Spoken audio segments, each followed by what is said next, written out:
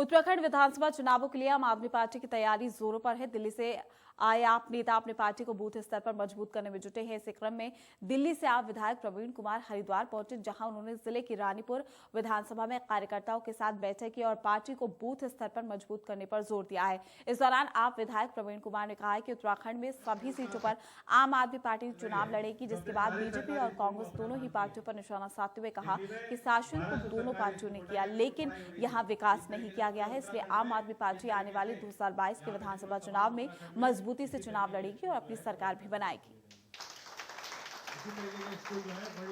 तो उत्तराखंड विधानसभा चुनाव में आपकी एंट्री 2022 के विधानसभा चुनाव में आपने अब कमर कस ली है पूरी तरीके से। जनता के बीच में पहुंच रहे हैं तमाम जो कार्यकर्ता हैं, बूथ स्तर पर मजबूत करने में जुटे हुए हैं नेता।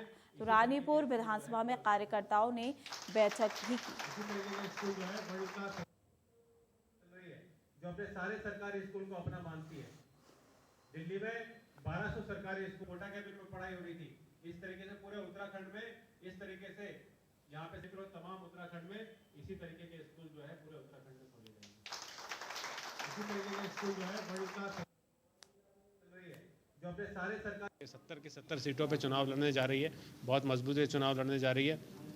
और जिस तरीके से भाजपा ने पिछले 5 साल में शासन किया, वो शासन से पूरे उत्तराखंड के लोग जो हैं बहुत त्रस्त है। त्रिवेंद्र सिंह रावत की सरकार से लगातार रोज़ाना नए के नए घोटाले जो हैं इस उत्तराखंड सरकार में आते हैं। कभी कर्माकर बोर्ड का आता है, कभी छात्रवृत्ति का घोटाला आता है। तो इससे तमाम पूरे उत्तराखंड के लोग परेशान हैं।